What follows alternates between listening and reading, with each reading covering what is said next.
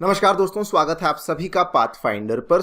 आज से कुछ ही दिन पहले भारत ने अपनी 1.6 लाख करोड़ की जो फाइटर जेट की डील है उसको लेकर एक ओपन टेंडर अनाउंस किया है। एंड जैसे ही इस ओपन टेंडर को अनाउंस किया गया, इमीडिएटली दोस्तों कई सारी वेस्टर्न कंट्रीज हैं जो कि अब लाइन में लग चुकी हैं एंड अपने अलग अलग ऑफर्स हैं जो कि वो इंडिया को पेश कर रही हैं। सबसे पहले आपके सामने है स्वीडन की जानी मानी कंपनी साब, जिसका जाना माना एयरक्राफ्ट ग्रिपेन है। उन्होंने अपने ऑफर में ये कहा है कि अगर हमें इंडिया की तरफ से ये वाला टेंडर मिलता है तो हम लोग आपको हमारे फाइटर जेट के साथ साथ ट्रांसफर ऑफ टेक्नोलॉजी करेंगे। हम लोग सारी के सारे फाइटर जेट्स को इंडिया में बनाएंगे, लेकिन मोस्ट इंपॉर्टेंटली इन्होंने कहा कि हम लोग सुपर फास्ट डिलीवरीज प्रॉमिस करेंगे एंड आपको 36 महीने के अंदर अंदर 3 साल के अंदर अंदर हम लोग फाइटर जेट्स की डिलीवरी करना शुरू कर देंगे। वहीं पर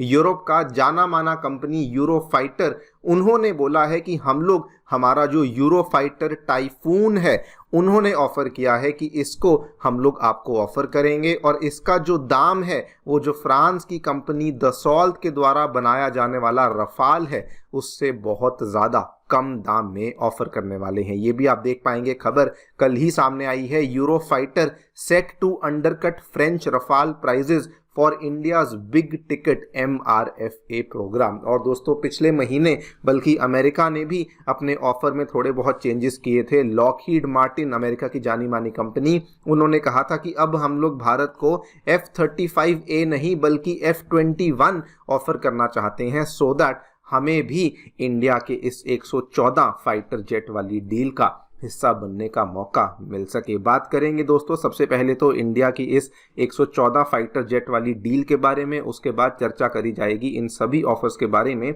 जो कि इंडिया को फिलहाल सामने दिए गए हैं। आइए शुरू करते हैं मेरे साथ। मेरा नाम है अनिरुद्ध। यदि आप लोग हमें फॉलो करना चाहते हैं, हमारे लेक्चर्स के अपडेट्स को प्राप्त करना चाहते हैं तो यहाँ पर दिए गए टेलीग्राम चैनल्स के माध्यम से ऐसा कर सकते हैं। दोस्तों आगे बढ़ने से पहले बताना चाहूँगा कि आज हमारे दिवाली ऑफर का आखिरी दिन है, जिसके चलते हमारे सभी ऑफलाइन सेंटर्स में जो GS फाउंडेशन बैचेस हैं उनके दामों को कम कर दिया गया है और फिलहाल अवेलेबल करवाए जा रहे हैं मात्र 60,000 रुपीज़ में। हमारे जो सेंटर्स हैं नई दिल्ली के करोल बाग, नई दिल्ली के मुखर्जी नगर, उत्तर प्रदेश के प्रयागराज के सिविल लाइंस में एंड बिहार की राजधानी पटना में आ चुके हैं, जहां पर इन GS बैचेस को अवेलेबल करवाया जा रहा है। जिसके साथ साथ आपको हमारे सेंटर्स में CSAT, ऐसे writing classes, current affairs coverage जैसी जो सेवाएं हैं वो भी अवेलेबल करवाई जा रही हैं। फिर भी कोई डाउट है, कोई भी क्वेरी है, हमारे सेंटर को विजिट करिए या फिर नीचे दिए गए इन फोन नंबर्स पर फ़ोन भी कर सकते हैं। फ्री स्टडी मटेरियल को पाने के लिए हमारी नई ऐप को डाउनलोड करना बिल्कुल ना भूलें, इसका लिंक भी डिस्क्रिप्शन बॉक्स में नीचे दिया गया है। ऑल राइट, सो जल्दी से आपको थोड़ा सा बैकग्राउंड बता देता हूं। ये जो 114 फाइटर जेट्स को प्रोक्योर करने की डील है, इसको लेकर जो पहली बार बातचीत थी 2019 में शुरू करी गई थी। उस टाइम पर इसकी जो कॉस्टिंग इंडिया ने निर्धारित करी थी, कहा था कि 18 बिलियन US में हम लोग इसको प्रोक्योर करेंगे एंड कहा जा रहा था कि ये दुनिया का एक largest biggest military procurement programme होने वाला है। उसके बाद ये बातचीत चलती रही एंड अक्टूबर 2021 में जाकर के इंडिया ने पहली शर्त रखी कि कॉन्ट्रैक्ट उसी को देंगे जो कि इस एयरक्राफ्ट को मेक इन इंडिया इनिशिएटिव के तहत इंडिया में ही आकर के मैन्युफैक्चर करेगा।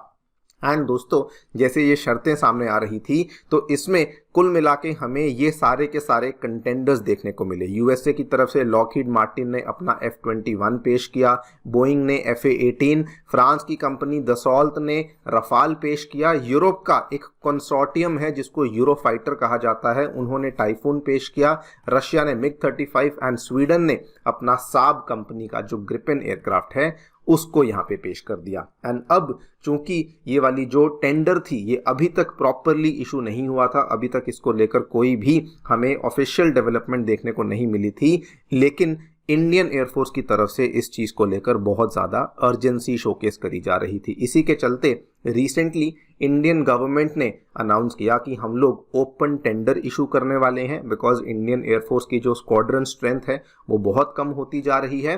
एंड साथ में इंडियन गवर्नमेंट ने ये भी कहा कि इस बार जो हम लोग अप्रोच रखेंगे उसमें हम लोग मल्टी टेंडर अप्रोच रखेंगे, यानी कि ये नहीं होगा कि सारे के सारे फाइटर जेट्स की जो डील है वो एक ही प्लेयर को दी जाएगी। उन्होंने कहा कि अगर हमें ज़रूरत पड़ी तो हम लोग मल्टीपल लोगों को, यानी कि मल्टीपल कंपनीज को भी इस पर्टिकुलर टेंडर का जो कॉन्ट्रैक्ट है ये यहाँ पर ऑफर कर सकते हैं। जैसे ही ये वाली अनाउंसमेंट हमें देखने को मिली उसके बाद दोस्तों सबसे पहले तो यूरो फाइटर जो कंसोर्टियम मैंने आपको बताया, ये वाला जो कंसोर्टियम है अलग अलग कंपनीज ने मिलकर के बनाया है। इसमें जर्मनी की कंपनी, स्पेन की कंपनी, यूके और इवन फ्रांस का भी शेयर देखने को मिलता है। इन्होंने अपना सबसे पहले ऑफर पेश किया है। इन्होंने कहा है कि हम लोग इंडिया के इस बड़े प्रोग्राम में हिस्सा लेना चाहते हैं और हम लोग आपको रफाल जेट से जो कम दाम है वो भी यहाँ पर ऑफर करने के लिए तैयार हैं। आप लोग यहाँ पे देखिए, द यूरो फाइटर टाइफून, इन्होंने कहा कि फ्रेंच रफाल से कम पैसे में हम लोग आपको जो एयरक्राफ्ट है वो ऑफर करते हैं। ये दोस्तों आप लोग देख सकते हैं, ये यूरो फाइटर टाइफून एयरक्राफ्ट है जो कि ये लोग ऑफर कर रहे हैं। एंड अगर मैं दाम की बात करूं तो दाम एक्चुअल में काफ़ी ज़्यादा अट्रैक्टिव इन्होंने दाम कहा है। इन्होंने कहा है कि 126 जेट्स के लिए हम लोग आपसे केवल और केवल 138 मिलियन यूरोज पर यूनिट लेने वाले हैं, अगर प्रोवाइडेड आप लोग जो हैं हमसे इतने ज़्यादा जो जेट्स हैं वो यहाँ पर लेंगे। और ये अगर आप ध्यान से देखें तो रफाल की तुलना में काफ़ी ज़्यादा सिग्निफिकेंटली कम दाम इन्होंने ऑफर किया है, बिकॉज रफाल में जो 2016 में हमने डील साइन करी थी वहाँ पर 36 एयरक्राफ्ट लिए थे और एक aircraft 197 million euros per unit के हिसाब से परचेज किया गया था। तो ये इनका जो प्राइसिंग है वो तो डेफिनेटली काफ़ी अट्रैक्टिव है। और अगर मैं टेक्निकल स्पेसिफिकेशंस की बात करूं तो यूरो फाइटर आम तौर पे माना जाता है कि रफाल की तुलना में सुपीरियर एयरक्राफ्ट है, क्योंकि इसमें थ्रस्ट भी ज़्यादा देखने को मिलती है। इसके अंदर जो मिसाइलें लगती हैं, जो BVR मिसाइलें लगती हैं, वो भी इसमें ज़्यादा शक्तिशाली देखने को मिलती हैं। एंड इवन इसकी जो कॉम्बैट कैपेबिलिटी है वो भी आमतौर पर रफाल से बेहतर ही मानी जाती है। ये तो था ऑफर जो कि हमें यूरो फाइटर का देखने को मिला। उसके बाद जो स्वीडन की जानी मानी कंपनी ग्रिपेन साब है, जो कि ग्रिपेन फाइटर को बनाती है, उन्होंने भी अपना ये वाला फाइटर जेट इंडिया को बेसिकली ऑफर किया है। एंड इन्होंने इनका ऑफर ध्यान से देखिए, इन्होंने कहा कि इंडिया को भले ग्रिपेन ई चाहिए, भले ग्रिपेन F चाहिए, ये वाले जो अलग अलग फाइटर एयरक्राफ्ट्स हैं, एक सिंगल सीटर है, एक ट्विन सीटर है, इन्होंने कहा कि हम दोनों ही आपको देने के लिए तैयार हैं। इंडिजिनस कंटेंट इस्तेमाल करेंगे, ट्रांसफर ऑफ टेक्नोलॉजी करेंगे, और साथ में कहा कि केवल प्रोडक्शन नहीं बल्कि इवन सिस्टम, सॉफ्टवेयर, इन सब चीज़ों का भी जो भी हम लोग प्रोडक्शन है ये भी इंडिया में ही करने वाले हैं। यानी कि जितनी आपको इंडिजिनाइजेशन चाहिए हम वो सब कुछ आपके लिए करने को तैयार हैं।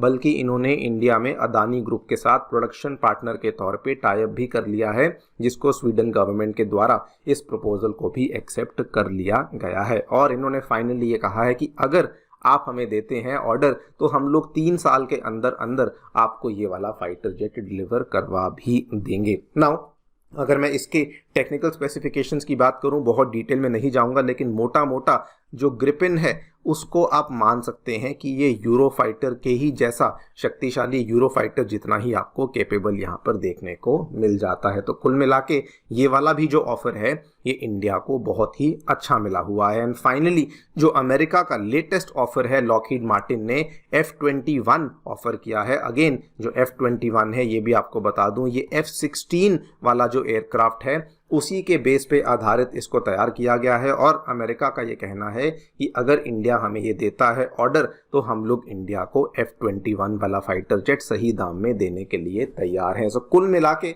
अगर हम लोग समरी देखें, बेसिकली पॉइंट ये है कि इंडिया को अलग अलग वेस्टर्न कंट्री से यहाँ पर तेजी से ऑफर्स मिल रहे हैं। और रीज़न भी हम लोग बिल्कुल क्लियरली जानते हैं। देखिए इतनी बड़ी डील है, $20 बिलियन की डील है, 1.6 लाख करोड़ की डील है।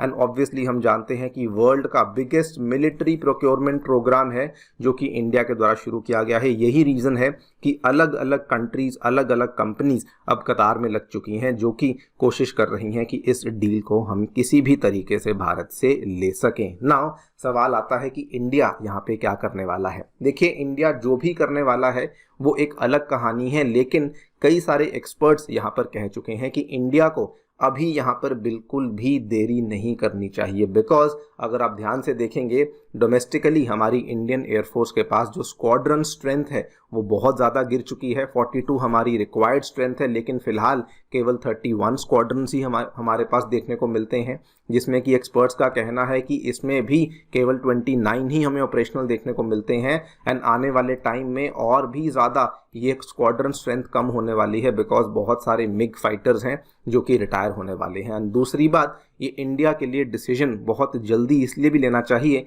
बिकॉज अगर आप हमारे पड़ोसी देशों को देखेंगे, China already 6th generation fighter jet programme को डेवलप करना शुरू कर चुका है। पाकिस्तान ने भी चाइना के साथ डील कर ली है और वो भी डायरेक्टली अब चाइना से 5th जनरेशन फाइटर एयरक्राफ्ट को प्रोक्योर करने की बातचीत कर रहा है। सो कुल मिला के द पॉइंट इज कि इंडिया को जो भी स्टेप लेना है वो जल्दी से जल्दी लेना चाहिए, बिकॉज अगर आज जो भी स्टेप लेंगे उसके बाद उसको एग्जीक्यूट करने में भी मिनिमम 3 से 4 साल का समय यहाँ पे लगने वाला है। बाकी आप लोग जो भी सोचते हैं हमें डेफिनेटली बताएं कमेंट सेक्शन में। Thank you so much for listening, stay tuned and